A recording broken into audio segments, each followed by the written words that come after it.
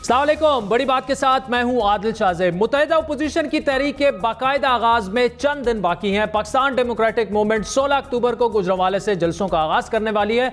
नून league की जानिब से जारहाना बयानात दिए जा रहे हैं, हुकूमत के जल्द जाने के ऐलानात किए जा रहे हैं। क्या इन ऐलानात में कुछ वजन भी है या इस जारहाना हिकमत अमली के पीछे कुछ और राज छुपे हैं? आज नून लीग के टिकट होल्डर्स और मेंबरान पार्लिमान के एक और इजलास से नवाज शरीफ और मरियम नवाज की तकारीर में दो अहम नुकात वाजे हुए।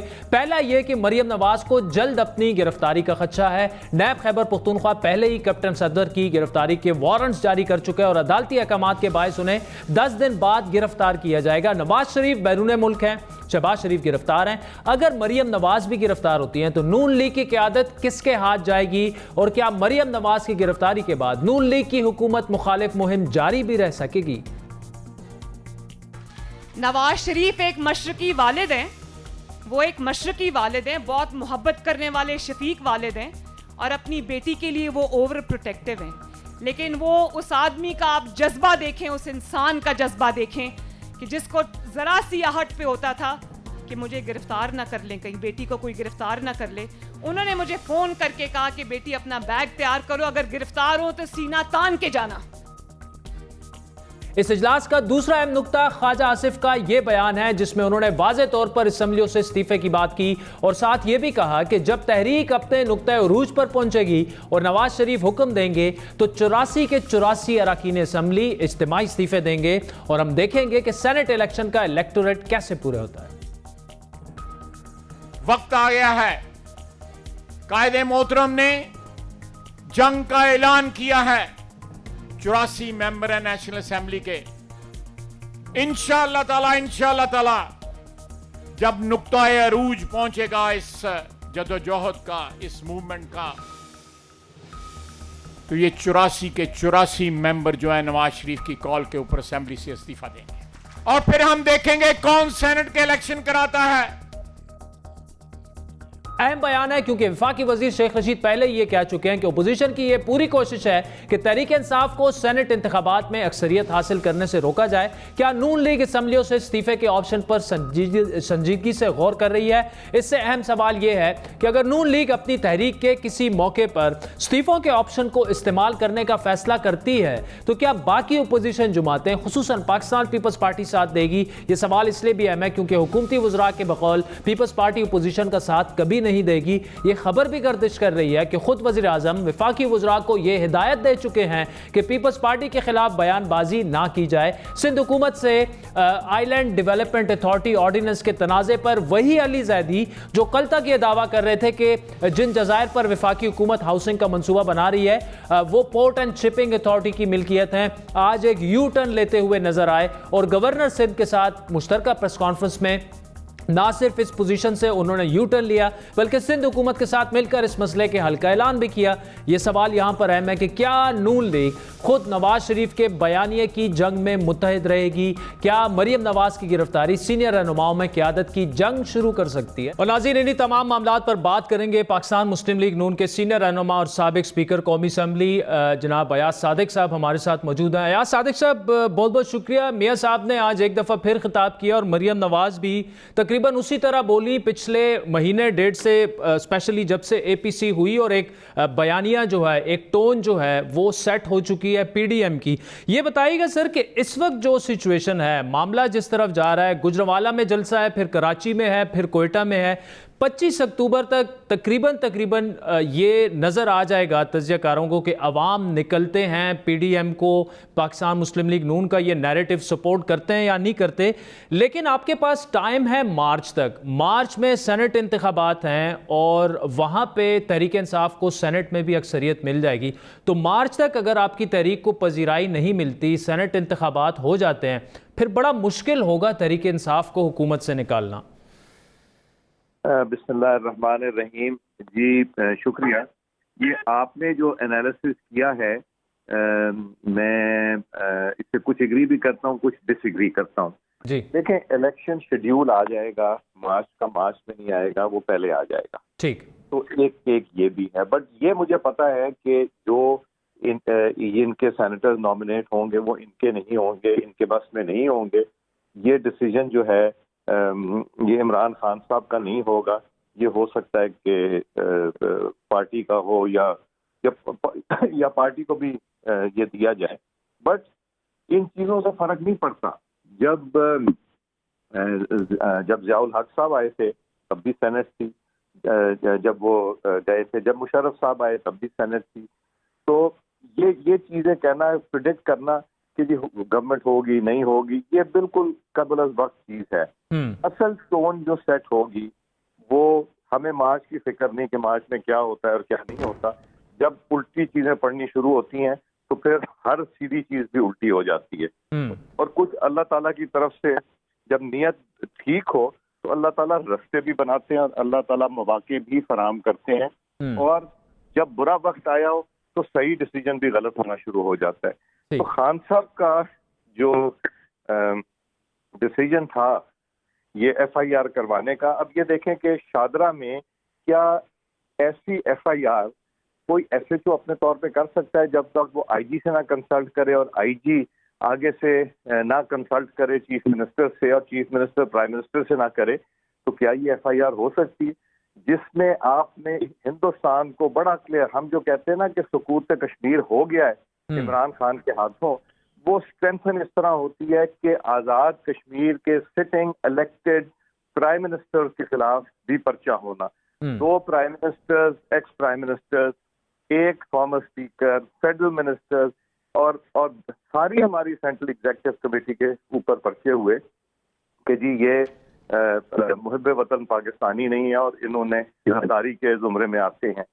اگر اس طرح غداری کے سرٹیفکیٹ ملنے شروع ہو گئے، یہ ان کی غلطی ہے کہ جو کچھ ان کے وزراء کہتے ہیں جی بالکل ٹھیک ہے یہ ایسا ہی ہونا چاہیے، ان کے کچھ پارلیمنٹری سیکرٹری، کچھ ایم این ایز بھی آ کے کہتے رہے، اس کے بعد ایک دم سے یو ٹرن ہوا جب ہر طرف سے لان تان ہونی شروع ہوئی۔ تو اب تو آپ کو بھی انٹروڈیوس ہمیں کرانا چاہیے، غدار ایاز صادق کو ہم اب لے رہے ہیں انٹرویو کے اوپر، تو اب پیمرا کیوں سوئی ہوئی ہے؟ ہمیں تو غداری کا سرٹیفکیٹ دے دیا، پیمرا نے کیوں نہیں ہم لوگ ہماری چیزیں روکتے؟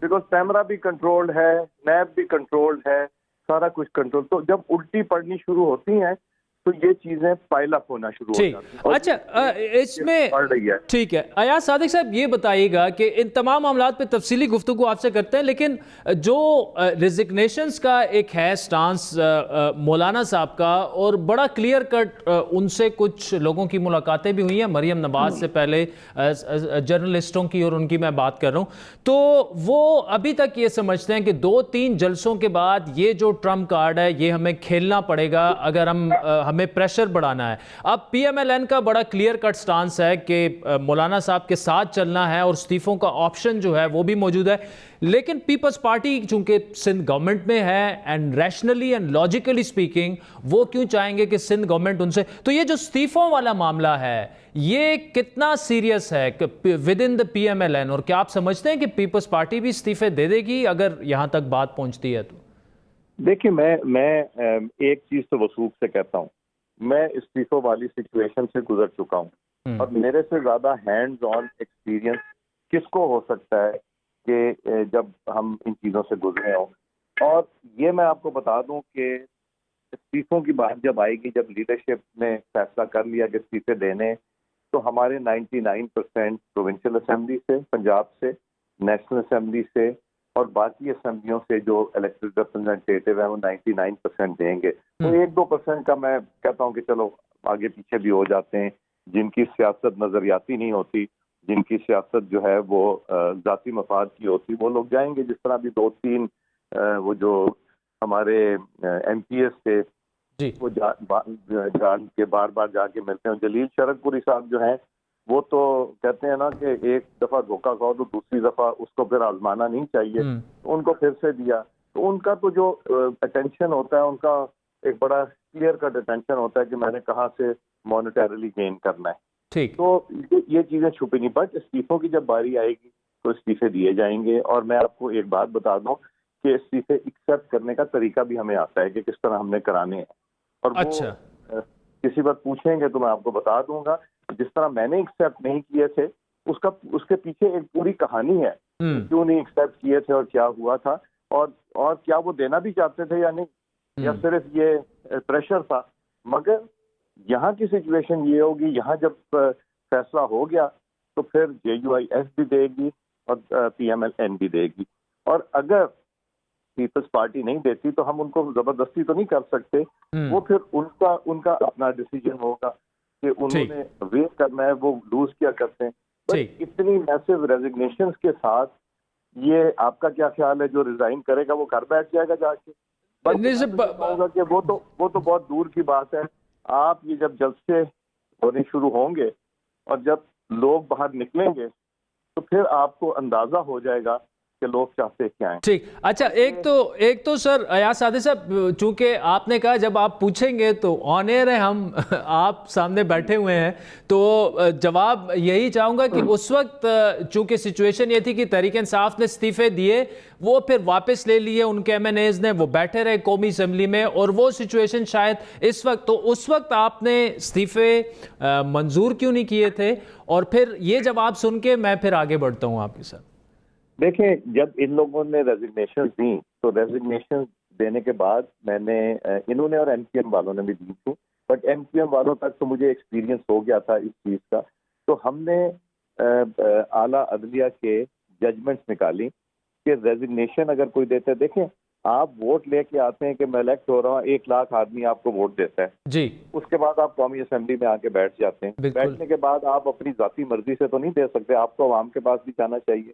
نمبر 2, اگر آپ کو پارٹی لیڈرشپ انسسٹ کر رہی ہے اور زبردستی آپ کے ساتھ کر رہی ہے. نمبر 3, آپ کسی کو بلیک میل کرنے کے لیے کر رہے ہیں یا کسی کو ولنریبل ٹھہرایا. تو جب ان لوگوں نے استعفے دیے تو وہ میں نے اس کے اوپر ایک رولنگ دی جو اسلام آباد ہائی کورٹ نے بھی اپ ہولڈ کی, بیکاز ظفر علی شاہ صاحب جو ہیں نا, انہوں نے موو کر دیا تھا کہ یہ انہوں نے ان کو استعفے لینے چاہیے تھے.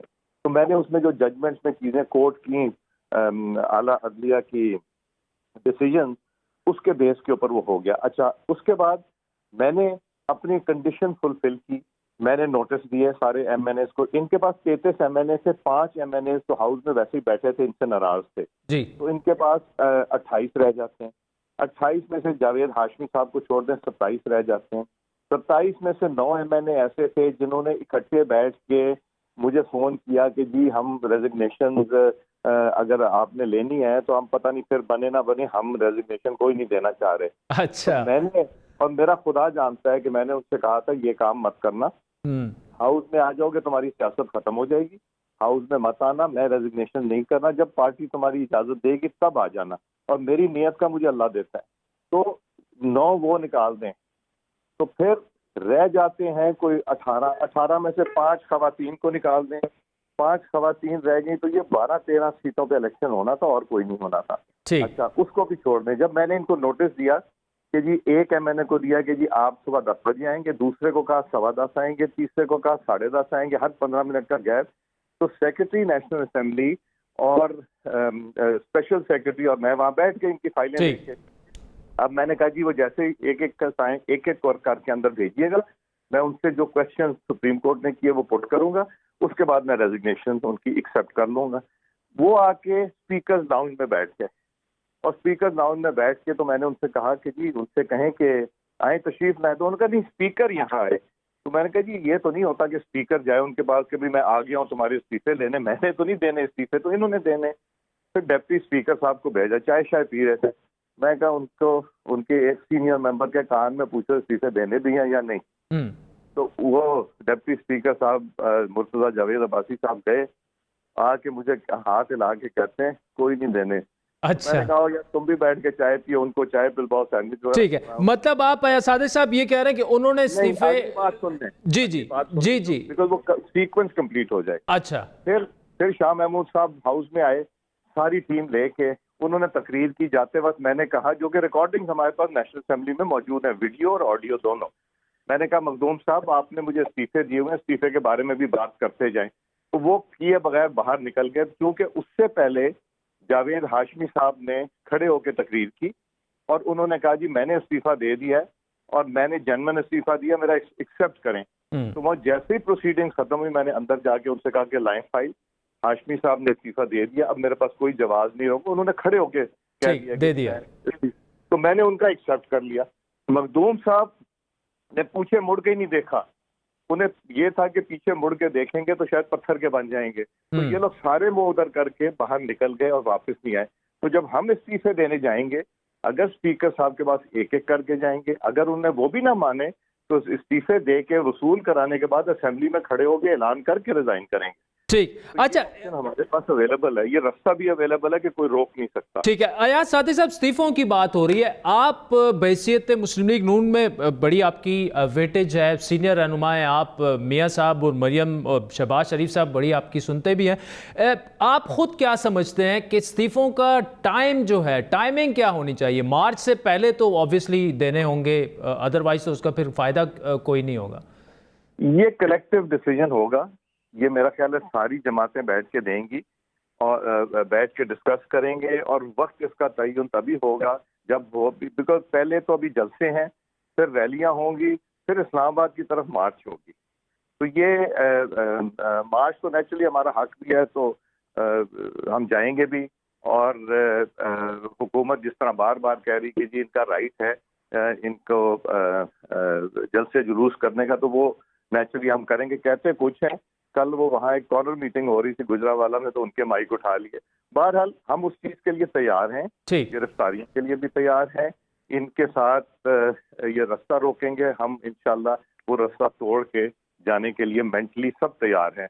और हम जब हल्के में जाते हैं तो वहाँ लोग हमसे पूछते हैं जी डेट दसो किस दिन इस्लामाबाद जाना है, ये लोग ये सवाल करते हैं। अच्छा, अयाज सादी साहब ये बताइएगा कि जब से शहबाज शरीफ साहब को दोबारा अरेस्ट कर लिया गया है तो मरियम साहिबा जो हैं वो बड़ी खुल के, और लग रहा है कि मतलब ऑफिशियली ना सही लेकिन वो बिल्कुल पार्टी की हर मीटिंग चेयर भी कर रही हैं, मीटिंग्स भी वही कर रही हैं। तो मियाँ साहब की जो एक जानिशीनी है, क्या ये समझा जाए कि वो तकरीबन उनकी तरफ अब मुकम्मल तौर पर ट्रांसफ़र हो चुकी है, मरियम नवाज साहिबा की तरफ? मैं एक चीज आपको कैटेगोरिकली बता दूं कि जो आपने कल, शायद अगर वो आपको पास कोई वीडियो क्लिप या कोई तस्वीर आई होगी कल की मीटिंग की, कल रात को मौलाना फजलुर रहमान साहब तशरीफ लाए थे जी।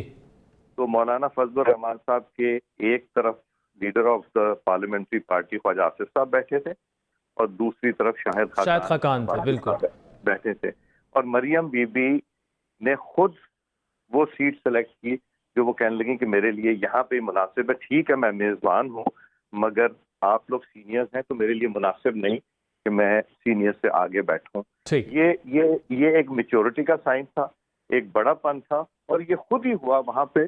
बल्कि किसी ने सजेस्ट किया कि आप चूंकि होस्ट हैं तो आप उनके साथ बैठ जाओ। उनका नहीं, इन लोगों के होते हुए मैं अकेली होती मैं जरूर बैठ जाती, या कोई जूनियर मेरे साथ होता, तो नहीं होता। ये फैसला भी लीडरशिप करेगी कि क्या होगा। ये अभी बहुत प्रीमेच्योर है। अच्छा, बहुत ही प्रीमेच्योर है ये। इसमें अयाज सादी साहब, मैं इसलिए बात कर रहा था, ये तो एक मीटिंग की है दास्तान, लेकिन ओवरऑल अगर देखा जाए तो मरियम नवाज इसी तरह बिल्कुल करती हैं। आप हों, शाहिद खाकान साहब हों, एहसन इकबाल साहब हों, ख्वाजा आसिफ साहब हों, सबको वो बड़ा रिस्पेक्ट देती हैं। लेकिन अदरवाइज भी देखा जाए तो डिसीजंस जो हैं तकरीबन सारे उन्हीं की तरफ से आ रहे हैं और बिल्कुल एक लीड रोल में वो नजर आ रही हैं। तो मैं उस कॉन्टेक्स्ट में ये सवाल आपसे पूछा। मैं उस कॉन्टेक्स्ट का आपको बिल्कुल ठीक है, I understand what you are trying to say. जी, मुस्लिम लीग नून में इस वक्त who is the crowd puller? Maryam Nawaz. बस यू आंसर्ड मेरा कि लोग उनसे बात करना चाहते हैं। लोग, हम जब वहां गए तो उन्होंने, सब ने एमपीएस हमें कहा मरियम बीबी आप भी बात करें, तो मरियम बीबी ने बात की।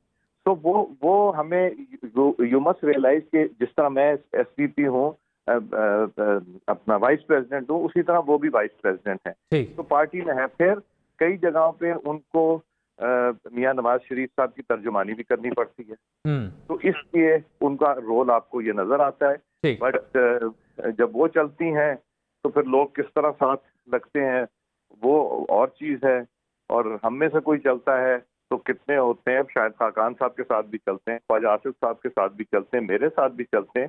But let us be fair कि जो नवाज शरीफ साहब की, शहबाज साहब की, मरियम बीबी की अट्रैक्शन है, वो that is the main issue, is the crowd puller. अच्छा, अयाज सादी साहब, शहबाज शरीफ साहब अब तो जेल में हैं, लेकिन जो एक था पिछले 2-2.5 सालों में मुस्लिम लीग नून की जो सियासत देखने में आई, تو ظاہری بات ہے وہ ایک ریکنسیلیشن کی طرف، اور ان کا بار بار ایک موقف یہ رہا ہے کہ میں ملک کو جو ہے وہ سلامتی کی خاطر ٹکراؤ کی طرف وہ نہیں جانا چاہتے تھے. میاں صاحب کی اور مریم بی بی کی سیاست جو تھی وہ بالکل ڈیفرنٹ تھی. اس وقت جو میاں صاحب کا ایک نیریٹو رہا ہے، جس طرح سے وہ کھل کر اب سامنے آئے ہیں، وہ تقریباً پارٹی پہ حاوی ہو چکا ہے. لیکن ابھی بھی اختلاف رائے تو ظاہری بات ہے ہر پارٹی میں ہوتا ہے، ابھی بھی وہ موجود ہے. جو میاں صاحب کے نیریٹو کو یا مریم صاحبہ کا جو نیریٹو ہے جو ابھی حاوی ہو چکا ہے، اگر وہ ان کے ساتھ کنونس نہیں ہے چلنا، وہ پھر بھی چلیں گے تو صحیح. کتنی تعداد ہے ان لوگوں کی اور کتنا کمفرٹیبل ہے اس وقت ان کا میاں صاحب اور مریم صاحبہ کے اس نیریٹو کو سپورٹ کرنا اور آل دا وے جانا؟ دیکھیں اب تو ویسے ہی ہم غدار ہیں، تو غدار تو کسی ایکسٹینٹ تک جا سکتا ہے، گولی ایک دفعہ ہی مارنی ہے نا، کوئی 10 دفعہ بار دفعہ تو نہیں ماری جائے گی. دوسری، آپ 2 سال پچھلے کو انالیسس کریں. ہم گورنمنٹ کے ساتھ بلوں پہ بیٹھے، ہم گورنمنٹ کے ساتھ فیٹر کے ساتھ ہم نے کوآرڈینیشن کی. ہم نے جب انہوں نے گلبشن کو چھوڑا اور عمران خان صاحب کی ٹانگیں کانپ رہی تھی تب ہم نے ان کا ساتھ دیا. جب خادم رضوی صاحب وہاں اسلام آباد آ کے پھر سے دھرنا دے دیا تھا تب ہم نے ان کا ساتھ دیا. جب انہوں نے کشمیر کا سودا کر لیا اور یہ چپ رہے، جبکہ خود قومی اسمبلی میں آ کے عمران خان صاحب نے تقریر کی کہ بشکک میں مجھے پتا تھا کہ مودی نے یہ کرنا ہے. اگر آپ کو پتا تھا کہ مودی نے یہ کرنا ہے تو آپ نے ڈپلومیٹک اوفینسو کو لانچ کیا نہیں کیا. جب 1 لاکھ فوج وہاں چلی گئی کشمیر میں تو آپ تو منہ سے بولے بھی نہیں. 2 تقریروں سے نہیں ہوتا اور آپ وزیر اعظم آزاد کشمیر کے اوپر پرچہ کٹوا دیتے ہیں. تو یہ ساری چیزیں نظر آتی ہیں لوگوں کو کہ انہوں نے کشمیر کا سودا کیسے کیا اور کہاں پہ کیا. تو یہ لوگوں سے چھپی ہوئی نہیں. ہم نے اس پہ بھی کشمیر تھا کہ جب کشمیر پہ ہندوستان نے حملہ کیا تو ہم نے اس وقت بھی ان کا ساتھ دیا اور جوائنٹ ریزولوشن آ جائے. انہوں نے ریزولوشن کرایا، آدھے گھنٹے کے بعد گالیاں دینی شروع کر دیں. پھر بے شمار فیٹر کے ایشو کے اوپر، فیٹر ان کو تو ہینڈل کرنا نہیں آتا. فیٹر کے ایشو کے اوپر جو پہلے 5 بل تھے ہم نے کوآرڈینیشن کی ان کے ساتھ، کوآپریٹ کیا، امینڈمنٹس ڈلوائی، اور جب پاس کرنے آئے وہ پاس 2 دن کے بعد ہونا تھا، یہ اسی دن لے آئے. تو ہم نے کھڑے ہو کے آبجیکٹ کیا کہ ہمیں بات کرنے دیں. ان کو پتہ نہیں کیا تھا، وہ چاہتے تھے کہ کوئی ہمارا کہیں نہ کہیں کسی محکمے کے ساتھ کوئی تناؤ رہے تاکہ یہ لوگ آگے نہ چل سکیں. ہم نے وہاں بھی کوآپریٹ کیا.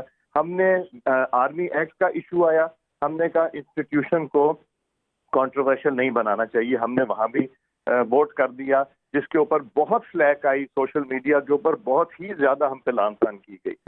2 سال خاموش رہنے کے بعد، 2 سال کوآپریٹ کرنے کے بعد، جب پانی سر سے گزر گیا کہ نواز شریف صاحب کو کبھی ایبسکونڈر کر دیتے ہیں، شہباز شریف صاحب کو ایک پہ پکڑتے ہیں، پھر چھوڑتے ہیں، پھر دوسرے میں پکڑتے ہیں، پھر تیسرے میں پکڑتے ہیں، نکلتا کچھ بھی نہیں ہے. اسی طرح نواز شریف صاحب کو، مریم کو، حمزہ ابھی تک ہیں، سعد رفیق صاحب، احسن اقبال صاحب، شاہد خاقان صاحب، حافظ نعمان، سلمان رفیق، ہم کس کی بڑی لمبی داستان ہے، کامران مائیکل، مصطفیٰ اسماعیل، ان سب کو اریسٹ کیا. ان کو کوئی حکومتی نہیں نظر آتا. ان کو علیم خان نہیں نظر آتا. جتنا بڑا فراڈ اس نے کیا ہوا ہے ریور ایج میں، جو کہ سپریم کورٹ کے پاس کیس ہے، نیب کو نہیں نظر آتا.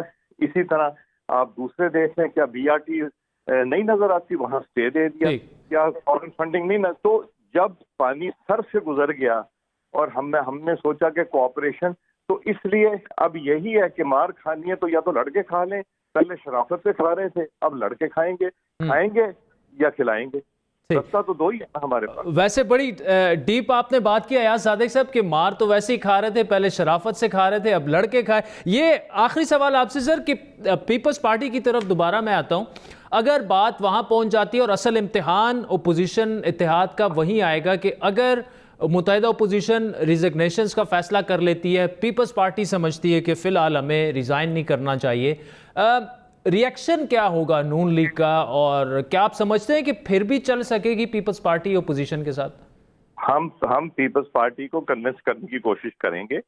ساری پی ڈی ایم کی جماعتیں ان کو کنونس کریں گی. کنونس کرنے کے بعد ان کو ہم انشاءاللہ لائن پہ لے کے آئیں گے اور وہ بھی انشاءاللہ ہمارا ساتھ دیں گے. ٹھیک ہے. اور اگر نہیں آتے سر، میں سوال یہ تھا یار صادق صاحب، نہیں آتے تو وہی میں نے کہا نا کہ پہلے بیٹھ کے مار کھا رہے تھے، لیٹ کے مار کھا رہے تھے، اب کھڑے ہو کے آنکھیں دکھا کے سامنے آ کے مار کھائیں گے. مار تو دونوں طرح کھانی, یا مار کھائیں گے یا ماریں گے. ایاز صادق صاحب, ٹھیک, ایاز صادق صاحب, thank you so much for joining us. ناظرین وقت تو چاہتا ہے ایک بریک کا, جس کے بعد تھوڑی سی معیشت کی بات کریں گے. اکانومی کے حوالے سے کچھ زیادہ اچھی خبریں نہیں آ رہی, لیکن کچھ پازیٹیو خبریں بھی ہیں. حکومت کے سامنے یہ سوال رکھیں گے کہ آخر کیوں 2-2.5 سالوں میں اگر اور کچھ نہیں ہو سکتا تو کم از کم مہنگائی تو کنٹرول ہو سکتی ہے. اسی پر بات کریں گے. شاندانہ گلزار ہمیں جوائن کریں گے ہمارے ساتھ.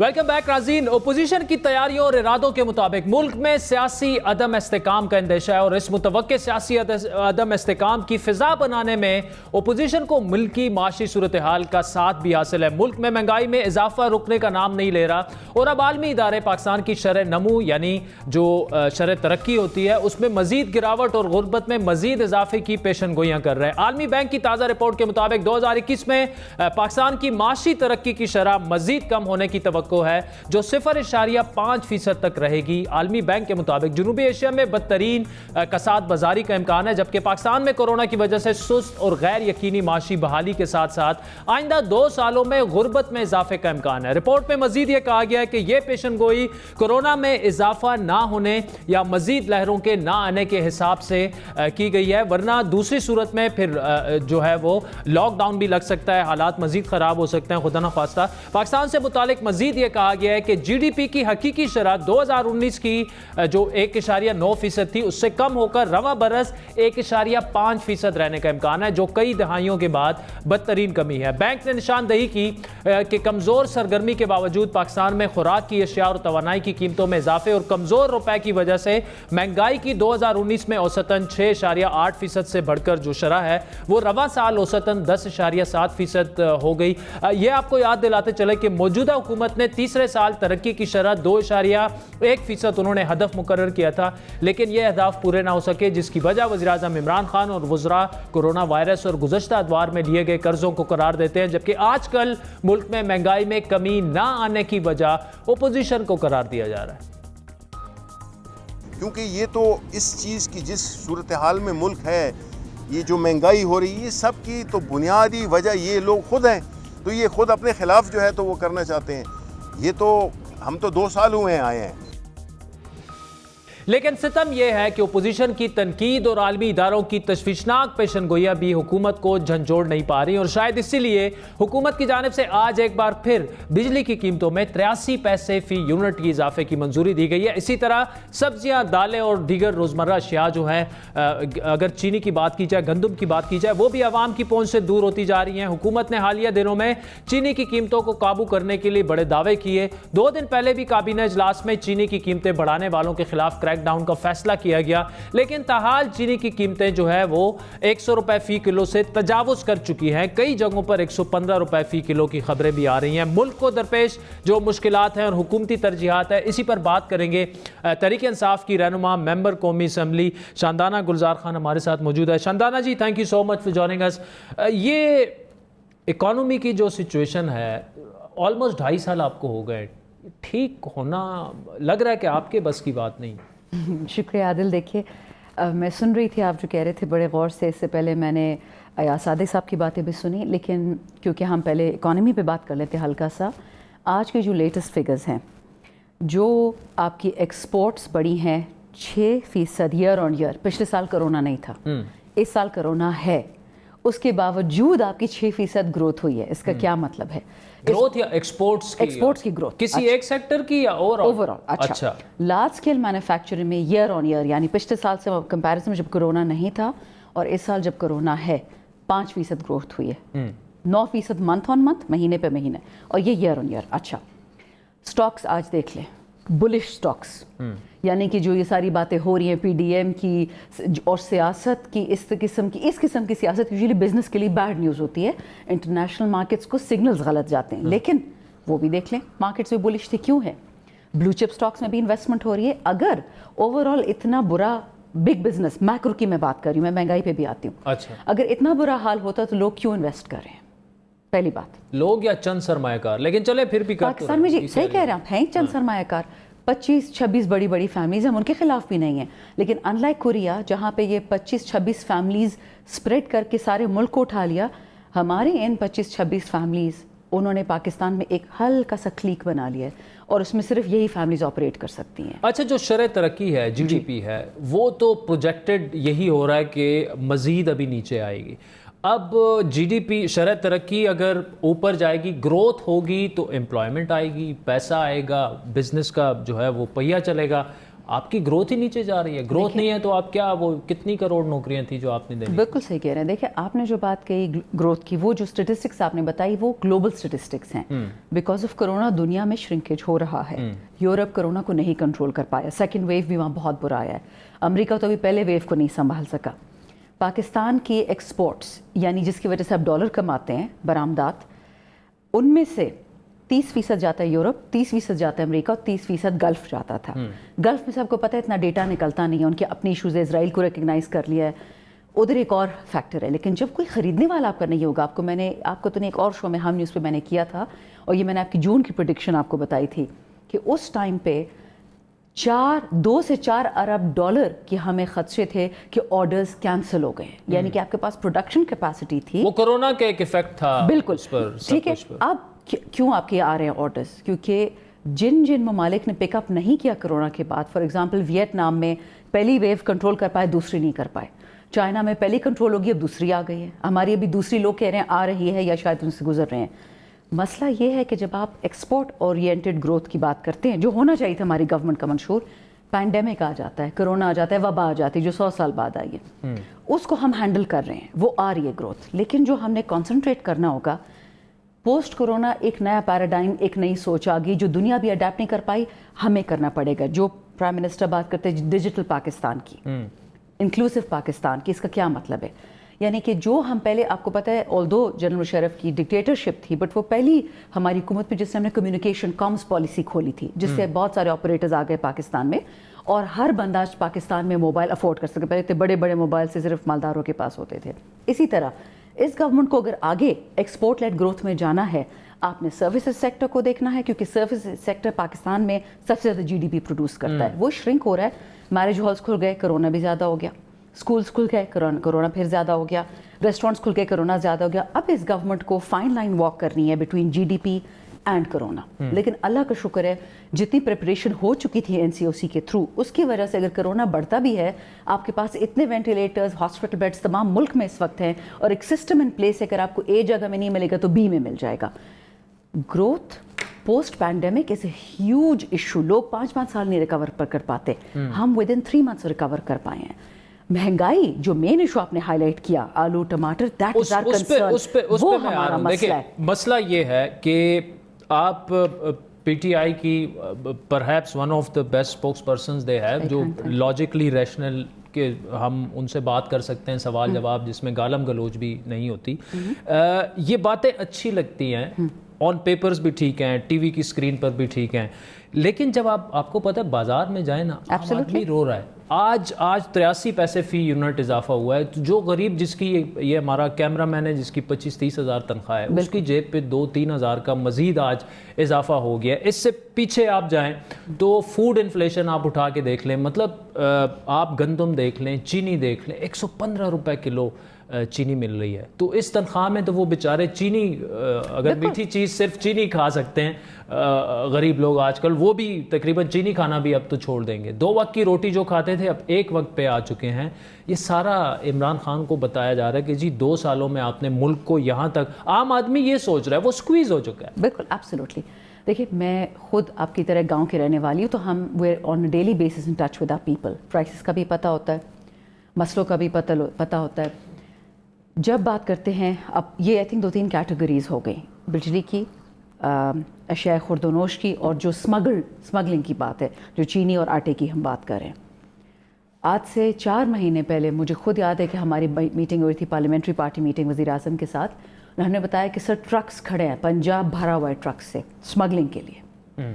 स्मगलिंग एक अजाब है इस मुल्क के लिए। हम अफ़गान और पाकिस्तान आजकल ट्रांजिट ट्रेड की बात कर रहे हैं, जो ट्रांजिट गुड्स आते हैं हमने उनके कंटेनर्स को 6 महीने से बंद किया हुआ है और अरबों रुपए के उन पे डेमरेज और डिटेंशन चार्जेस आ रहे हैं। और जो Pakistan from the heartland of Pakistan जो जा रही है स्मगल्ड अशिया पाकिस्तान से बाहर और वो हमारी खुर्द-ओ-नोश की, ये कौन करता है? मुझे आप खुद बता दें, हुकूमत पाकिस्तान चाहे पहली थी चाहे अभी है, स्मगलिंग तो देखें, लेकिन ये गवर्नमेंट का गवर्नेंस का इशू है ये ना? जो टमाटर प्याज यहाँ पे जो लोकली प्रोड्यूस होते हैं वो इधर मार्केट में मंडी में आके जिस भाव में मिल रहे हैं वो आप इमेजिन नहीं कर सकती कि जितना गरीब लोगों का हाल हो चुका है। नहीं बिल्कुल मैं इमेजिन कर सकती हूँ। मतलब फूड इन्फ्लेशन तो कंट्रोल हो सकती है। देखिए आपका जो इस वक्त रेगुलर इन्फ्लेशन है वो 5% पे आ गया और फूड इन्फ्लेशन 9% पे है। ये 24% था कुछ महीने पहले, अगर आपको याद है हमने इस पर बात बिल्कुल की थी। 20% से ज्यादा अब 9 पे आ गया। अच्छा, पिंच इसलिए लोगों को फील हो रहा है कि अभी भी इकोनॉमी में वो रिवाइवल नहीं हुई जो हम चाहते थे कंस्ट्रक्शन सेक्टर और एग्रीकल्चर की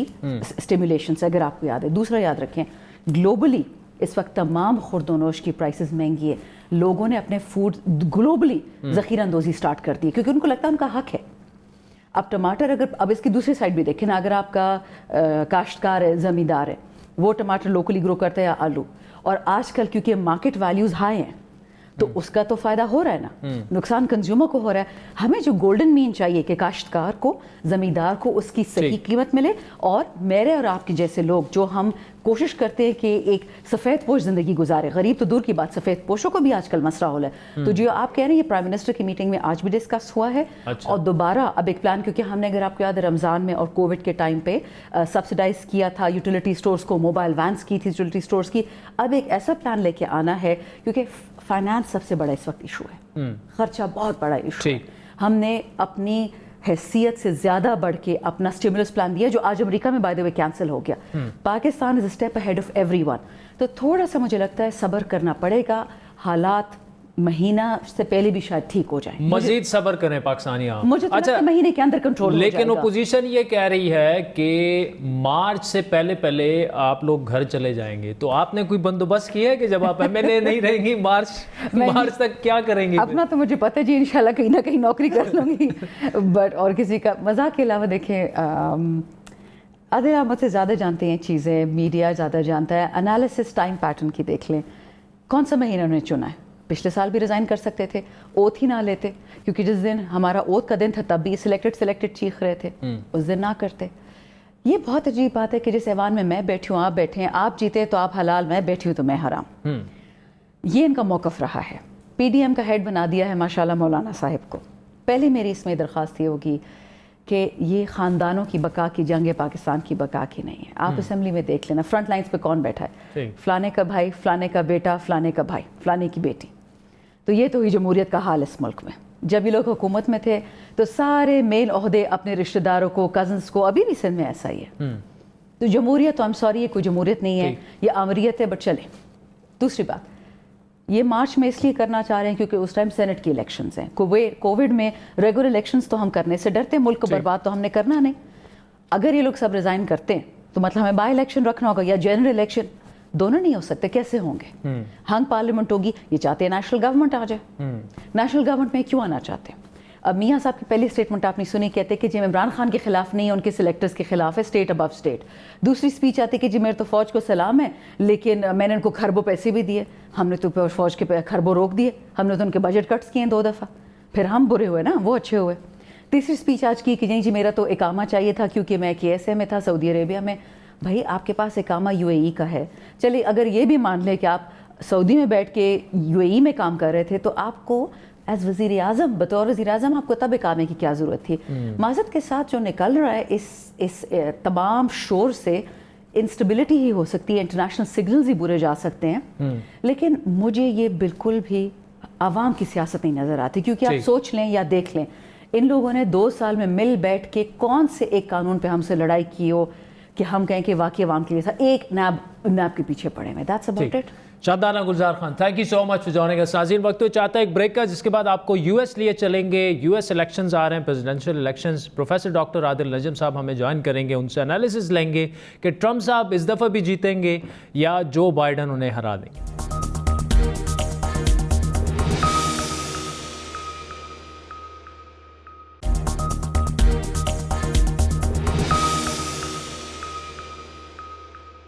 वेलकम बैक नाज़रीन। अमरीका सदारती इंतखाबात से सिर्फ एक माह की दूरी पर है और रिपब्लिकन सदर डोनाल्ड ट्रंप को डेमोक्रेट सदारती उम्मीदवार जो बाइडन से ज़बरदस्त मुकाबले का सामना है। हालिया दिनों में होने वाले वाक़यात और बयानात ने डोनाल्ड ट्रंप के लिए मुश्किलात खड़ी कर दी हैं। ताज़ा तरीन अवामी राय के मुताबिक जो बाइडन की मकबूलियत 51% तक जा पहुंची है, जबकि अमरीकी सदर डोनाल्ड ट्रंप 42% अवाम के लिए काबिल कबूल है। और शायद यही वजह है कि इस गिरती हुई मकबूलियत को भांपते हुए डोनाल्ड ट्रंप ने अपने एक और कदम से हर किसी को हैरान कर डाला। डोनाल्ड ट्रंप कोरोना वायरस का शिकार हो गए थे गुज़श्ता हफ्ते, जिसके बाद उनको हॉस्पिटल मुंतकिल किया गया, लेकिन उन्हें जैसे ही हॉस्पिटल से डिस्चार्ज किया गया वो वहां से वापस व्हाइट हाउस पहुंचते ही सबसे पहले उन्होंने अपना मास्क उतारा और फिर अपने एक बयान में अमरीकी कौम को इस वायरस से खौफजदा ना होने का मशवरा दे डाला। डोनाल्ड ट्रंप के इस बयान और लापरवाही ने एक नया तनाज़ा खड़ा कर दिया, बिलखुसूस जब अमरीका दुनिया में कोरोना से सबसे ज़्यादा मुतासरा मुल्क है, जहां 2 लाख से ज़्यादा अफराद अपनी ज़िंदगियों से हाथ धो बैठे हैं। अमरीकी सदर के इस बयान ने वबाई बीमारी के माहिरीन को भी खौफजदा कर दिया, जिनके बकौल अमरीकी सदर की अपनी बीमारी भी उन्हें इस बीमारी के बारे में राय तब्दील करने का सबब नहीं बन सकी। खुद अमरीकी सदर के मौलिज भी गुज़श्ता रोज़ ये कह चुके हैं कि डोनाल्ड ट्रंप अब भी एक हफ्ते तक बीमारी के फैलने का सबब बन सकते हैं। दूसरी जानिब सदारती इंतखाबात में ट्रंप के मदे मुकाबिल उम्मीदवार जो बाइडन ने ट्रंप की जानब से कोरोना वायरस के ख़तरे की अहमियत को कम करने पर उन्हें शदीद तनकीद का निशाना बनाया और आज उन्होंने ट्रंप के साथ मजीद सदारती मुबाहिसों में शिरकत करने से इनकार कर दिया। यह नया तनाज़ा सदारती इंतखाबात पर किस तरह असरअंदाज होगा? क्या अमरीकी सदर की जानब से कोरोना वायरस को मुसलसल गैर संजीदा करार देना उनके लिए इलेक्शन में मुश्किलात खड़ी कर सकता है? इस पर तफसीली बात करेंगे। बॉस्टन यूनिवर्सिटी में Pardi school of global studies के dean professor doctor Adil Najam साहब हमारे साथ मौजूद हैं। डॉक्टर साहब, thank you so much for joining us. Donald Trump को कोरोना हुआ, उसमें भी मीडिया में एक हाइप क्रिएट हो गई, नया तनाज़ा खड़ा हो गया। अभी इस वक्त क्या सूरत हाल है? कम वक्त रह गया है प्रेसिडेंशियल इलेक्शन में, कोरोना वाला मामला था उसमें वो भी इलेक्शन पर असरअंदाज होता नज़र आ रहा है। क्या आप समझते हैं कि किस तरफ ये मामला जा सकता है? डोनाल्ड ट्रंप की भी बात करेंगे और जो बाइडन की भी करेंगे।